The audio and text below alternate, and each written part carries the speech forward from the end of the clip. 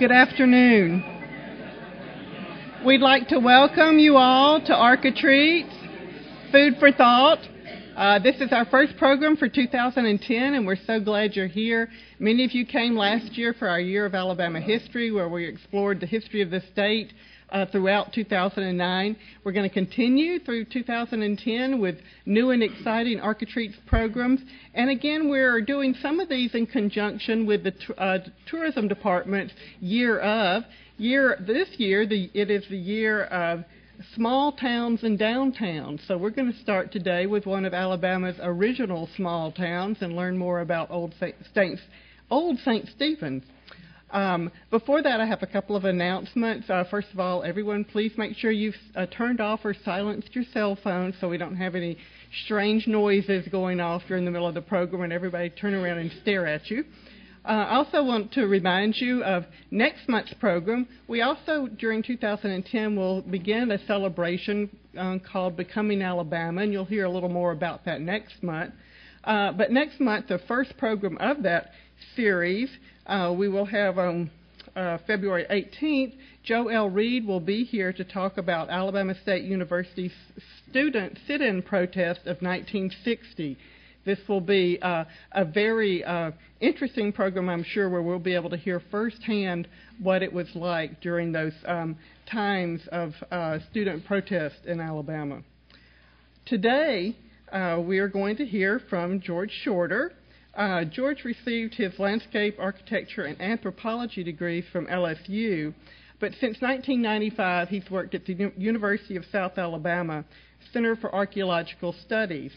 Most of his research interest focuses on colonial occupations and the early settlement in the 18th and 19th century in the Mobile area, but for the past 12 years he's directed the archaeological projects at Old St. Stephen's.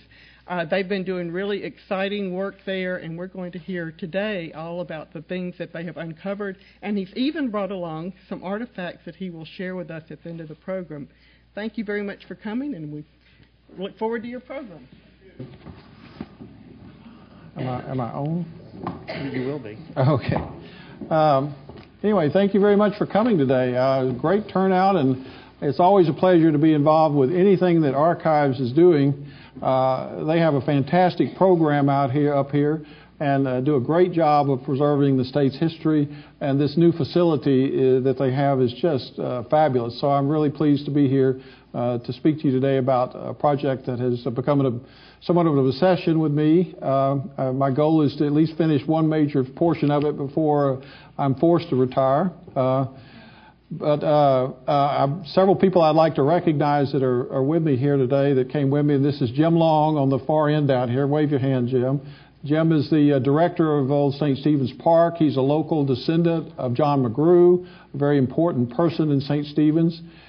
Jim is one of the local residents that almost single-handedly has been responsible for preserving St. Stephen's, a site that is probably more important than you might think in terms of the state history. The other person that is sitting down here is Mike Breedlove. Wave your hand, Mike. Mike is the chairman of the board, the commission at St. Stephen's, and Mike is my most avid volunteer. Without Mike's volunteer assistance, which is several days a week, we would not be nearly as far along in this project as we are. The other person that's here I'm happy to recognize is Jackie Maddy. Jackie is a historian, I guess we could call you, and has written a book on Washington County history and is responsible for a lot of the primary research that we have used to help pull together the historical information about the town. We're still in working on that, and will be for quite some time actually trying to get that in a situation, in a state where we can really use it. Many people are not that familiar with St. Stephen's because it shows up in some of the early histories of Alabama, and it is an important site in Alabama, but it is really sort of in the backwoods country of Washington and Clark County area on the Tombigbee River, and it is not really a place that many people get to see, but it is, if you're ever in the area, it is a great place to visit. A lot happened there during the historic period and during the prehistoric period. It was right near The Choctaw Nation. The Choctaw were a large group of Indians during prehistoric time, during historic times, and they were always an Indian Native American group that really caused very few problems. Supposedly Fort Mims is more of a battle between Creeks and Indians that actually lived on the eastern side of the river. But it was an important in its early period, both as a Spanish fort originally, and then eventually as an American early settlement. Keep this thing moving. We actually are proud to say it's where Alabama began, and it's because this is where the territorial legislature of Alabama met with the newly appointed Governor Bibb, so that when the state became Alabama, we actually would claim that we were the first capital, even though Huntsville and Tuscaloosa and Cahaba and finally Montgomery followed us. But if you open to the archives right now and you look at the very first state records that are in here in the archives from the meeting of the legislature, it starts off in St. Stephen's. So we like to claim our place in this event. This in the early colonial period, the French first, then the British, and eventually the Spanish had control over the area, but very little happened up on the Tombigbee until later in the century. In the 1780s, the Spanish government in Mobile decided that they would put a garrison up on the Tombigbee to help give some protection to the settlers who were moving in along all the creeks and along the river and settling up there. So they did build a fort up at St. Stephen's Bluff. In 1795, it needed to be revamped, and it was rebuilt, and this is the map that we have of Fort St. Esteban, who is named after actually the governor of Mobile at the time, Esteban Miro, and St. Stephen's being his patron saint, I assume, is why we get the name, and the name stuck into the American period. In 1795, Ellicott made his famous survey of the 31st parallel and established that St. Stephen's was really an American territory, but that didn't happen until about 1799. But as soon as the Spanish heard that, they made preparations to leave the garrison at Spanish Fort, and the Americans, they basically lowered their flag and left and let the Americans know they were doing so, and the Americans moved in the next day. So in 1799, in May of 1799, the American flag is actually raised over this section of the South, what was the frontier of the Southeast, and this is where the first American flag was raised at St. Stephen's. Again, in the early American period, the American government started out originally with a trading post to deal with the Native Americans. The idea was that they would supply some material culture and sort of train the Indians to be productive. So this was they called them factories. Fort Mitchell had one. There were several in Alabama, but they didn't necessarily accomplish what they wanted. They did a lot of. We have all the records from there, and they did a lot of trading in furs and pelts. And it's amazing to read the accounts of the furs and pelts that were gathered at that time, because there's everything from otter and mink and things that you just don't see anymore, panthers, all sorts of things. I think we lose our. Seem to have lost our picture here.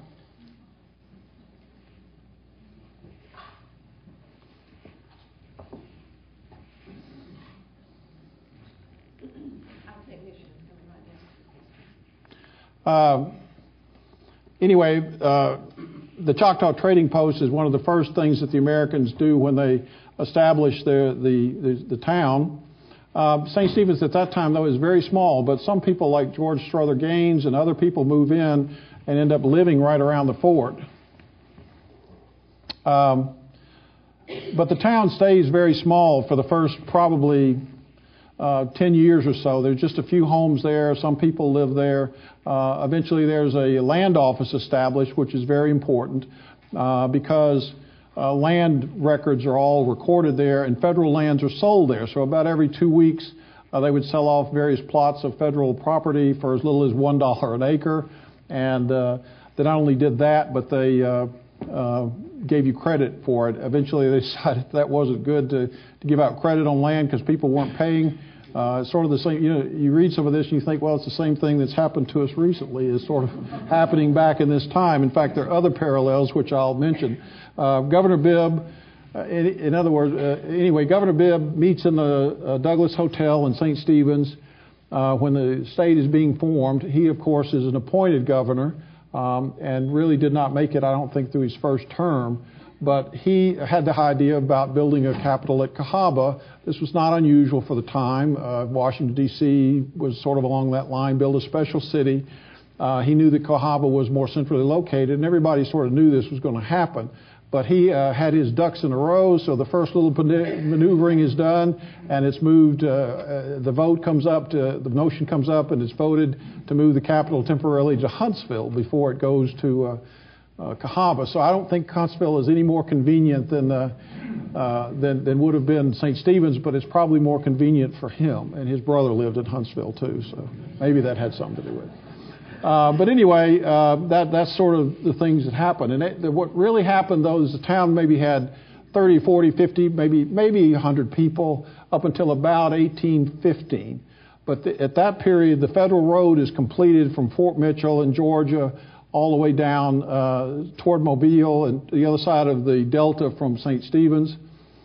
And it's not that the federal road had been a Indian trail, but it was treacherous, it was difficult, and even when you read the accounts, they consider it to be improved, but it's not much improved. It's pretty difficult travel. But during this period, about 1815 to 16, you have sort of a land rush that comes from Georgia and the Carolinas. And those people start streaming down the federal road. When they get to the other side of the Delta, Mobile is a pretty sleepy little town. They don't see much reason to go to Mobile. They could come to St. Stephen's. There's a land office. They can buy land, or they can go on a road that goes straight on across to Natchez from there. And so the whole Mississippi territory and state by that time is open to them. So it makes a good sense, and they end up coming to St. Stephen's. They stay for a while. Many merchants came there. So the town booms basically of its own momentum. When you read histories, you will see that the loss of the capital in 1818 is considered a major event. It's probably not. If you're familiar with Washington County, it doesn't have a big economic base, and it's probably not any different than what was going on then. It boomed like a lot of other river towns, but within 4 or 5 years, there was no economic base to support it, and it dwindled. Now, the interesting thing is in 1818, it had a population at least 2,000 or 3,000 people, and it had at least 400 to 500 buildings. Many of those were very substantial, stone, 2 stories, hotels, stores, things of that nature. That's not considered very big today, but if you think about it, at the time, Mobile's population was about 800. So, it was pretty big when it boomed. But by the 1820s, it began to decline, and it lasted probably until the 1850s. But by the Civil War, it was completely gone. There are a lot of important people that sort of got their start there. Many of them, you will see these pictures. That comes from one of the walls here in the museum, these paintings. Harry Tomlin, who is given credit for codifying law in the state of Alabama, was practicing down there. Israel Pictions was a governor of Alabama, 1821. Judge Hidcock was the first attorney general. He ended up being probably in the 1830s. He moved back to Mobile and became probably one of the richest men in the state. Is personally financed essentially the Government Street Presbyterian Church and Barton Academy, which is the first public high school in the state. Unfortunately, this is a story that's played out many times during this period. At about age 41, 2 years after he actually had lost his fortune in the Panic of 37, he died of yellow fever. So he died actually a fairly young man. Many other people, George Strother Gaines, these are some of many lawyers practiced in St. Stephen's.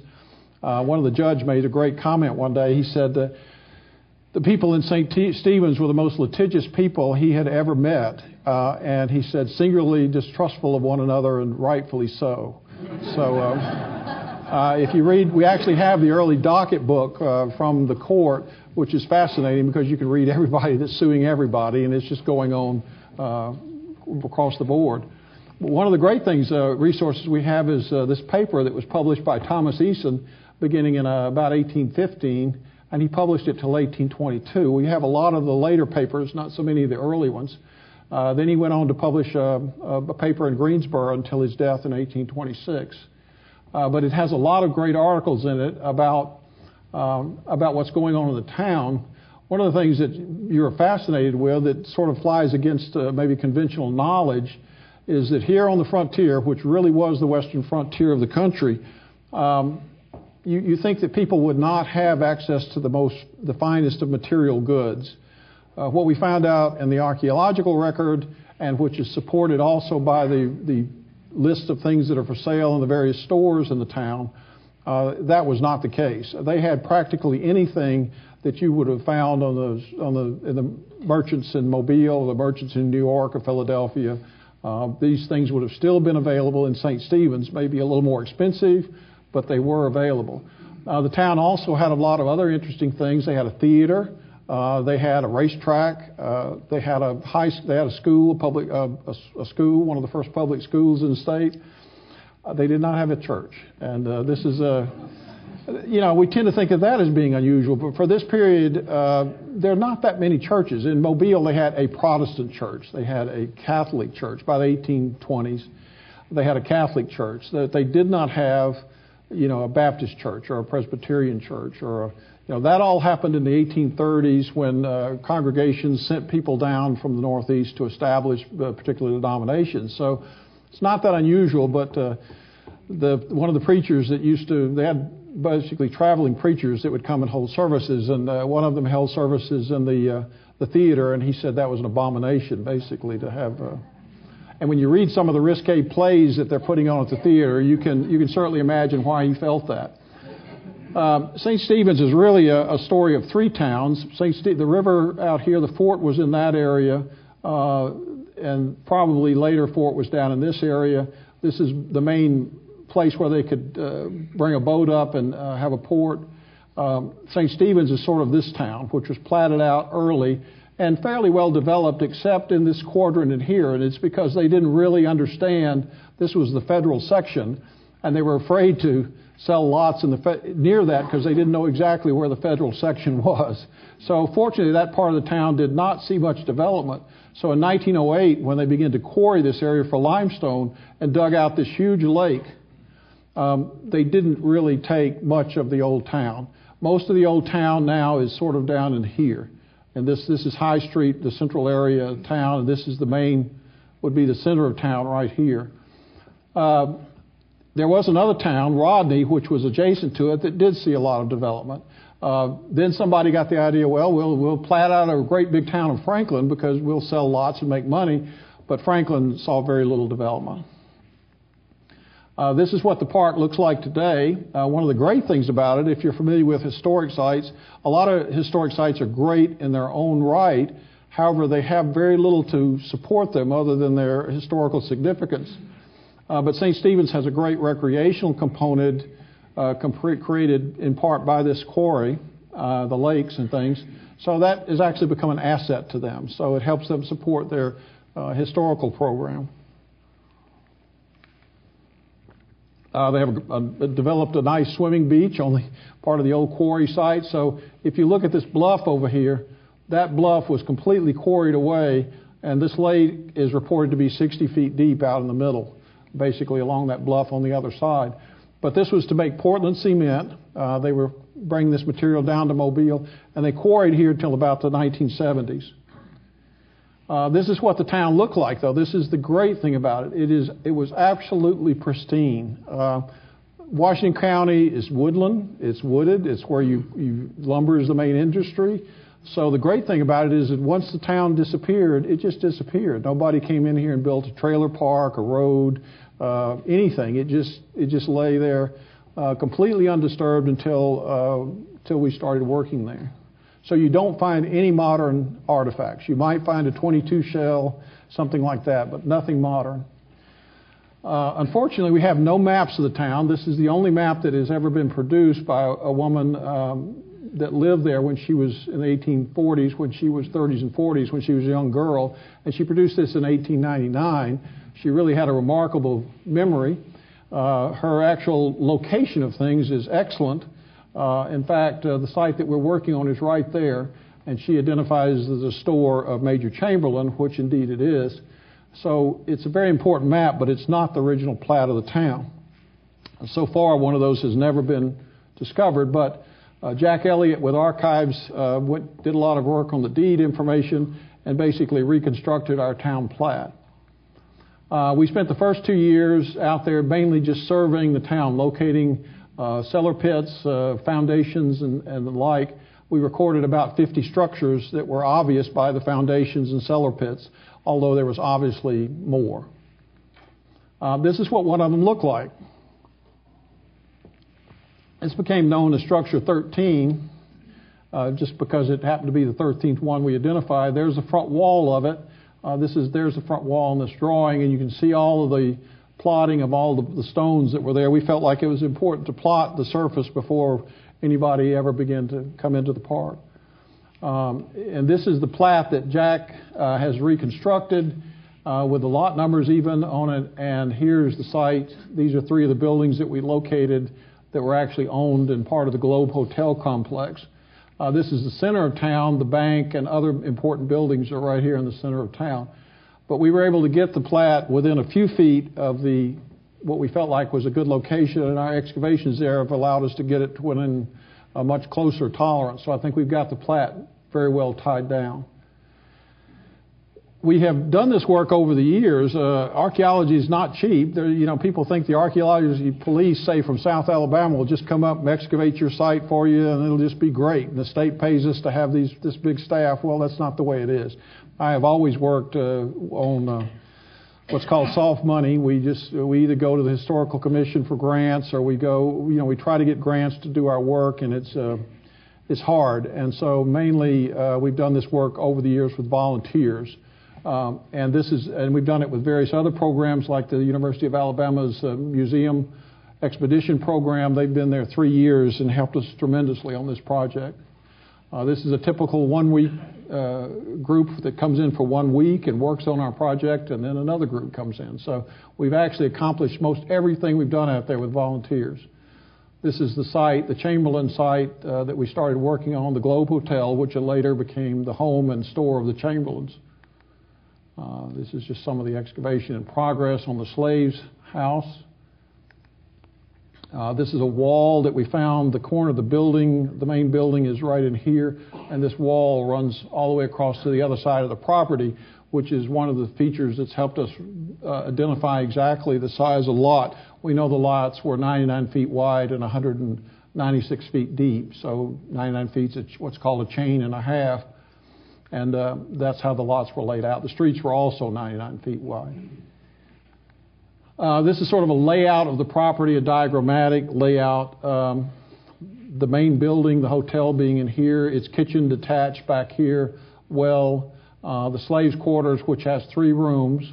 First one built over here, and these 2 added, was over in this direction, a big yard in here for working. That wall, which doesn't show on that map, runs from this point to there. This was a large building that was rented, and we know from the newspaper, it was rented at one time to a doctor, and that will play into some of the artifacts we found. Stables are here in the back. Here's a building that we have not excavated. We've excavated a lot in back of this and around this building and most all of these 2 buildings, and we're working in there. This is not the privies. They originally thought they were when we uncovered them, and they ended up on this map, but we found out last summer that it's not the privies. This is some of the excavation photographs. We actually have reconstructed a sort of a mock-up of the front of the building because people come and look at a building that's 30 by 40 feet and 2 stories tall, and they really cannot fathom how big that is. This happens to be the cellar pit that you're looking at back here. This is the cellar pit. There's the front of the building. These over here are 2 foundations for the fireplaces. And if you see, this is sort of the cellar now. It's a split picture from this top. There's a foundation. This is a foundation. This is the only fireplace that's in the front room. And so this room would have been fairly large, maybe 15 feet to 20 feet wide and 30 feet long. This is part of a fallen brick chimney that's fallen over into this from this fireplace. But since it's limestone, one of the things that they used a lot in the construction is limestone, cut limestone, both a hard and a soft type. And that makes it very nice for archaeologists to come back and be able to dig like this and find the buildings particularly undisturbed. This is the view of the wall that I was mentioning, that the corner of the edge of the property is actually right in here. But that was a big help at helping us to be sure we had the lot tied down. We thought the privies were here, but that turned out not to be privies. It turned out to be trash dumps. They weren't privies, and we excavated those last summer, which I'll show you some photographs of later. This is the crew that excavated. This is another volunteer crew that we had, which is composed of college students. It's really a college field school. This was our first last year. It was very successful.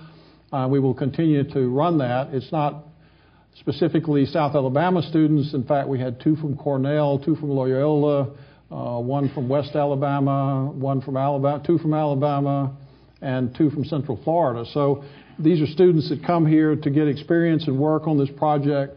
And in doing so, not only we give them that experience, but they give us their labor. This is some of the things that they excavated. This is what we thought was going to turn out to be the privy. It actually, if you notice all the bottles and trash that are in here, it turned out actually to be a trash dump that had been thrown up against this wall during the hotel period, which was about 1815 to 20. And you would not believe how many bottles of whatever they're drinking. And what we found is all the bottles in this area were broken, which shows me that they're buying this bottle with porter or beer or something in it, whiskey, rum, and then when it's empty, they refill it, and they refill it until they break it. So, well, there's probably 200 bottles in this trash dump over a period of 4 or 5 years. I think the hotel was fairly rowdy. It just wasn't, and if they were just throwing the bottles away, we wouldn't expect them to all be broken. This building was actually finished, the major portion of the excavation, in 2003. This is the slaves' quarters, which sits back behind the house, sort of. This is the first section of the building that was built originally with a hearth right in here. Then there were 2 rooms added to it. This room right here evidently had a wooden floor because it eventually rotted, caved in, and was filled in with trash. And it's an amazing collection from that trash dump. It probably dates mostly to the Chamberlain's occupation. Reuben Chamberlain was involved in the battle. He was a military guy from New Hampshire. He was involved in the battle at Fort Bower against the British in 1812, and he settled here, married Hannah Tomlin in 1819, and they lived in this. They purchased this property in 1826 for $800 after Harry Tomlin died, and they lived here, had a small dry goods store, and raised their children here until she died, and eventually he died, and then it was abandoned. But for the 1830s and 40s, they lived here and ran a small dry goods store. So that's part of this sort of the second occupation of this particular site. The artifacts. The artifact assemblage is incredible. That's the only way I can describe it. Anything you can imagine practically is here. And again, not disturbed, not looted, not dug on. Of course, I guess a lot of people wouldn't be too interested in these ceramic sherds, but to me they're extremely interesting. So we spent quite a number of years working on the site, and the assemblage is really fantastic. This shows some of the more exotic items that were dug during the excavation, during the expedition program. This, to me, was one of the more unusual things. Anybody got an idea what that is? Nobody got a guess? Has to do with sugar. Sugar nippers. When you bought sugar during this period, it wasn't granulated. It came in a big hunk that really didn't look a lot different than that. But it was a chunk of sugar, and to get the pieces off, like the lumps, how many lumps? That's what you did. You had this pair of brass snippers that you could snip off pieces of the main loaf of sugar. And so those are sugar nippers, which again is sort of a bizarre artifact that, it just shows some of the sophistication of the things that are found here.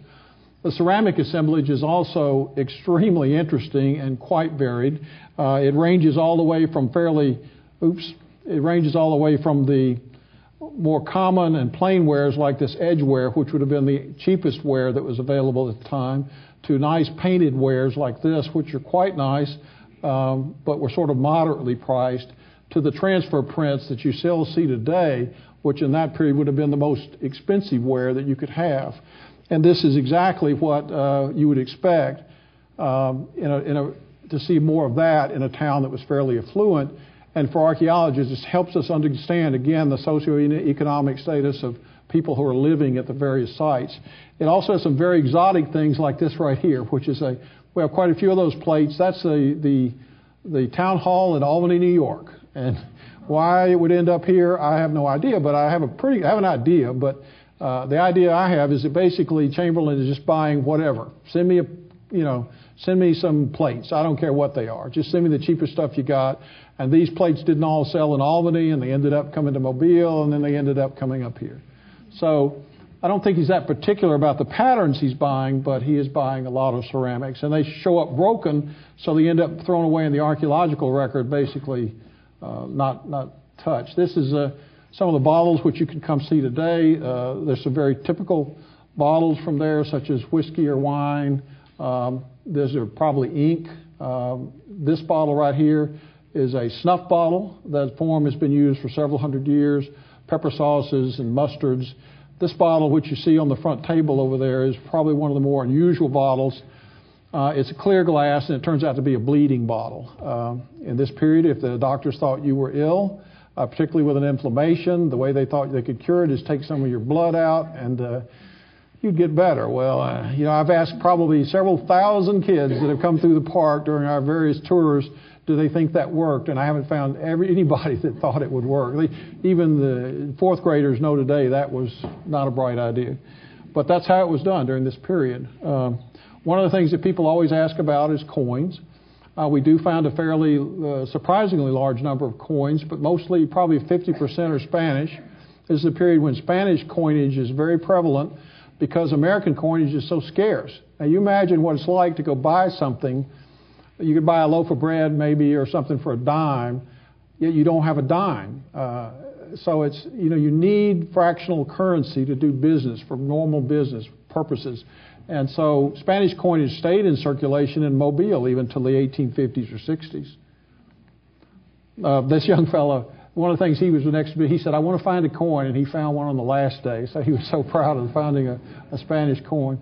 We've actually got quite a few artifacts in terms of buttons. The button assemblage is fantastic, lots of bone buttons and brass buttons. This is a militia button, which is really interesting because militia is very involved in St. Stephen's. They're very involved in the Creek War and that sort of thing. These are just some other artifacts, jewelry. This is a silver writing pen, which, again, you don't really necessarily expect to find that sort of thing here, but there it is. Other silver artifacts, that's a cockade eagle off the side of a military helmet. Glass beads, lots of glass beads, in particular a lot of glass beads around the slave's house, and that may have something to do with just their basic preferences to certain decoration. In fact, this glass bead, that faceted one, has been found at many of the slave houses in the Carolinas, and most of the folks here are from the Carolinas. Smoking pipes, but not too many. They don't have big smokers here. Marbles, that seems to be the kids' game of the day. Lots of marbles. All sorts of strange things, brass things. In fact, this one is very interesting. I don't know if you recognize that, but that's a parasol stave. Parasols are even advertised. So we don't, again, think of women in fine dresses going down the street with parasols, but that evidently is happening in St. Stephen's.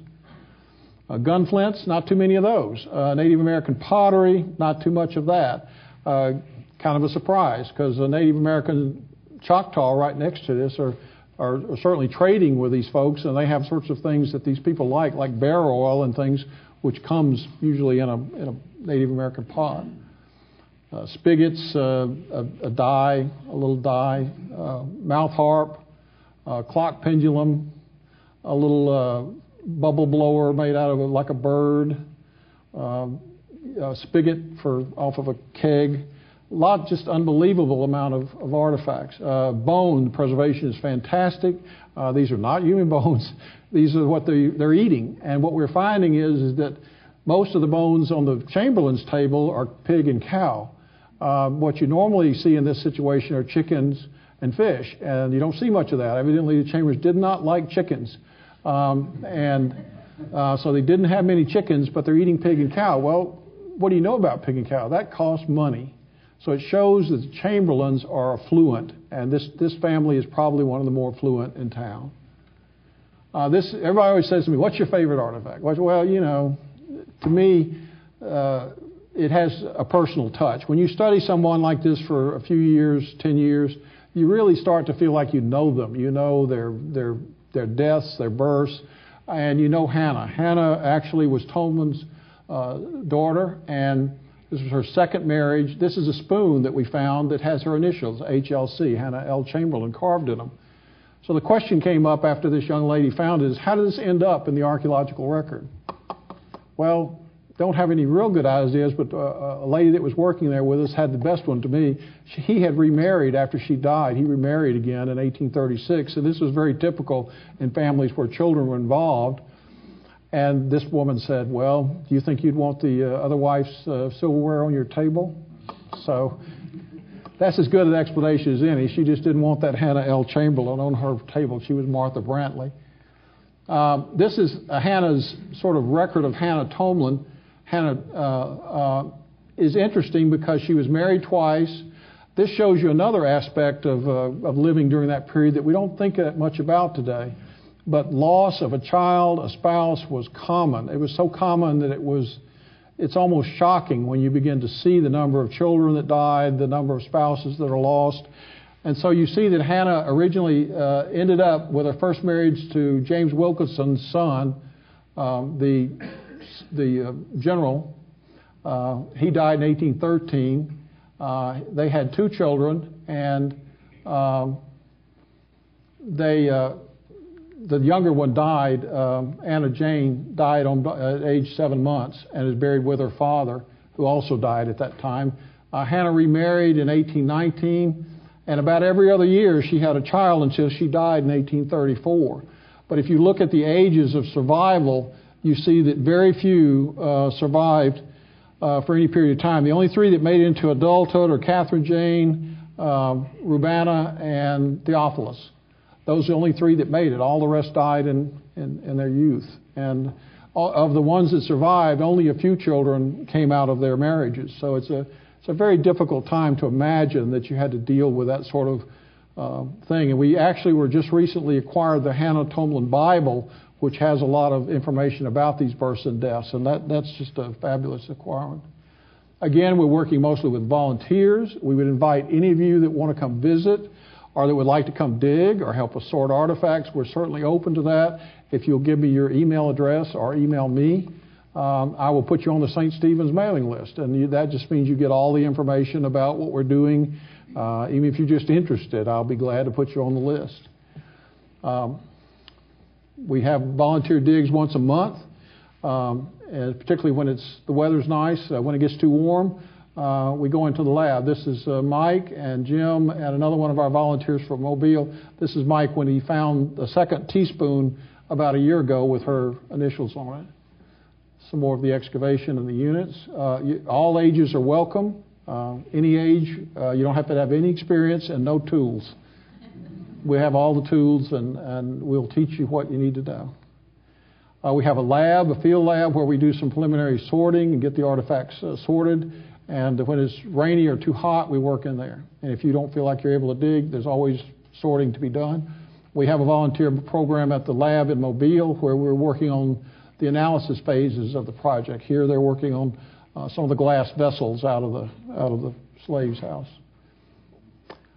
Anyway, it's a beautiful place. It's right off of Highway 43 near Jackson, Alabama. There's signs. There's a website. If you'll leave me your address, I'll be happy to put you on the St. Stephen's mailing list and make you an official member of the town. Any questions? Yes. Just want to skip this. Is that from that same quarry that was later industrialized? Well, the geological, you were asking about the limestone in the quarry. He says I have to repeat the question. In 1908, the Mobile Coal and Light Company actually established a quarry. They became the Mobile Coal and Cement Company, and they began to produce Portland cement in Mobile in 1908. And ever since that time, it was quarried. The site was quarried until recently, owned by various quarrying operations. It really probably boomed in the 1950s and 60s, into the 70s, and then it eventually just sort of was not. It's a very wet type of limestone, but the hard limestone overlays the soft limestone. There's no real value in the hard limestone to them. The soft limestone is what they were after, which was a very deep, nice deep deposit, but it's very wet, and that's hard to manufacture into cement. So it's not really very valuable anymore. But fortunately now the Cement Corporation gave us a bunch of land and now has long-term leased us a bunch of land. So now we have about 650 acres in the park. Maybe 70 of it is part of the historic site. The rest of it is recreational. Question? Yes. You were talking about the high mortality rate. Right. Was yellow fever a big problem? Yes. A lot of historians will point to the fact that there was an epidemic of yellow fever in 1818.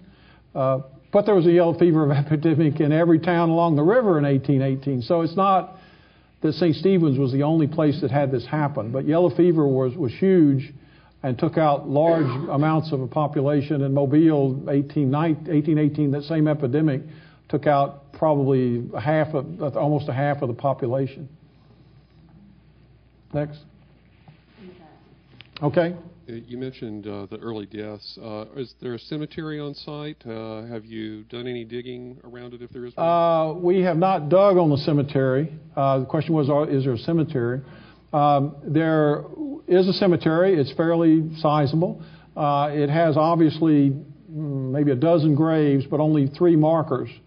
So we don't have any markers to tell who those people are. We actually surveyed it and mapped it. But we did some probing to see if we could find monuments that were buried, but we were not fortunate enough to do so. So I know that there are hundreds, really probably hundreds of people buried in there that we don't have. We have a couple of people that are buried sort of in their backyards, and Mary Welch says in her account that many people are buried in their backyards. We haven't found any of those other than 2 of them, which are marked. Question? I visited this site some 10 or 15 years ago when it was private property, as I recall. When did it become a public park, a public open place like you talk about now? The St. Stephen's Historical Commission is 1988 was established. Is that right, Jim? Huh? 1988. That was established as a board of the state of Alabama to help try to preserve and develop St. Stephen's Park. But it became, finally, a long-term lease on most of the town site was negotiated in... We got the bulk of the property in 99, fee simple ownership, and then we had to negotiate with other landowners for long-term leases. So 99, we opened the park to the public. And we have now probably 75-80% of the whole town. There's still some we need to get. Repeat that, please. I'm sorry? Repeat the date. 1999 is when we actually opened. The park was opened, and we had a fairly substantial part of the historic site either purchased or under long-term lease. Next. If you'll share your email address, I'll send you an email. Okay, my email address, if anybody wants to write it down, is, and if I can remember this means I'm still not... because I spoke my test to see if I'm losing it. My email address is gshorter, GSHORTER, at Jaguar1, JAGUAR1, the numeral 1, dot, USouthAl, USOUTHAL.edu. And if you will give me your email address, I'll incorporate you, or if you'll email me, I'll incorporate you. If you think you have relatives from there, let me know. I have a cross-reference file where we're working on that. I'll be happy to share whatever we have with you. If you have information, we'd certainly like to have that. A question? Any more? Please feel free if you have time. I know we're running down on time, but welcome to come up and look at any of the artifacts. I'll be glad to talk to you. This is less an archaeological question than I suppose, a theological question. Most of the people whose pictures you showed were sort of members of the Georgia machine with links to Secretary of the Treasury William Crawford. And I've always wondered what the connection was between Judge William Crawford of Alabama and the Secretary of the Treasury of the same name. Does anybody... I have run across the same references to the other William Crawford, to other William and... I'm not sure they're even related, frankly, but I just don't know. Like Jim has said several times, the tendrils from St. Stephen's stretch out everywhere. And many of the people, when the town went from several thousand to several hundred, many of them went to Mobile as merchants. Some of them Greenwood, George Strother Gaines, and Hitchcock, and they all ended up as important people in various other locations. Some moved into Mississippi and bought land, and some moved up into the Black Belt and bought land. And so we have people that started out in St. Stephen's from all over. Now, the interesting thing to me is I never quite thought about it, but they mostly all come from the Carolinas and Georgia. And one day I was listening, there's a Mobile accent, if you've ever heard. If you ever lived in Mobile or visited there, there's a Mobile accent that is so particular you can't imagine where it came from. One day I heard somebody on TV and I said, that person must be from Mobile, and I went and looked and she was from Carolina. So it is a Carolina accent that survives today even into Mobile because of all the people that ended up here coming down this way. So a lot of the ancestors in Mobile, almost any part of Alabama you live in, may trace your roots back to the Carolinas or Georgia. Question? Is there anything more specifically to say about the slave and Indian population that might have been around the town? Well, that's something that certainly is a really important research goal. We have almost nothing about the Native American population. The slave population we have enumerated, but mainly by first name. In other words, when there was a death, in the probate records, the slaves would be listed, but it's only their first name, which I guess is all they have, and it tells their age and that sort of thing, and their value. But other than that, we know the slaves that were owned by Chamberlain and probably lived in that house. But, the matter of trying to now construct something around that is very difficult, but it is an avenue of research that archaeologists and anthropologists are very interested in. Question? Yeah, I had another question about following up on Randall's. That house that you showed, the tripartite plan, did they keep that interior chimney when they added on, or would they? It seems kind of odd to me. Or was there ever any evidence of chimneys being placed on the gable ends? Kind of like a dog trot type. Well, this is a typical commercial building. It is 30 by 40 foot in footprint. It has a front gallery. We've discovered it doesn't have a central door. It has two doors, so it's a very commercial-looking building that opened onto the main street. It has an upper story and a gallery. It probably had an interior staircase to the second floor. It has a main fireplace in the front room, but none in the upstairs, where it should be on the other side of a full-room upstairs. It has the two in the other. I was talking about the slave house. Oh, the slave house? Slave house is quite fascinating. It has two small rooms. The first building had a clay floor, quite hard packed. It had a very large fireplace, which is more like you'd find in a kitchen, which leads me to believe that it may have served as a kitchen while the main hotel is being built. The other two rooms the building is quite different, probably added fairly early though, and then not necessarily needed by the Chamberlains in the 1830s or 40s, and they just let it go to waste. But that building is about 12 or 13 foot wide and about 50, 60 feet long and 3 rooms, something like that. The spoon you found, did it have a local mark on it, local maker's mark? On what, the spoon? No, but we do have. We know there was a local silver maker there. His name was Sossman. He was actually in the military, but he evidently had some knowledge of how to make silver, and he was making teaspoons out of coin, and selling them. But some have come up on the internet recently, but we've not been able to afford them. The last one I saw went for $900, but it may not actually be him. We don't know that. George, I just wanted to follow up a bit. Jackie, Maddie, and I were talking about this earlier, the follow-up on the slave and the limestone question. And it's something that amazes me.